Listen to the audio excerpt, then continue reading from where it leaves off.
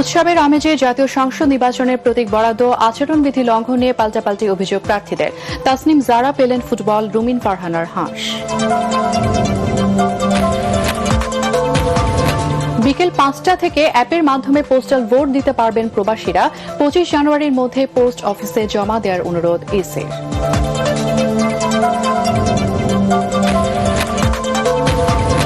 রাতে সিলেট যাচ্ছেন BNP chairman Tarique Rahman. কাল মাজার জিয়ারতের মাধ্যমে শুরু করবেন নির্বাচনী প্রচারণা।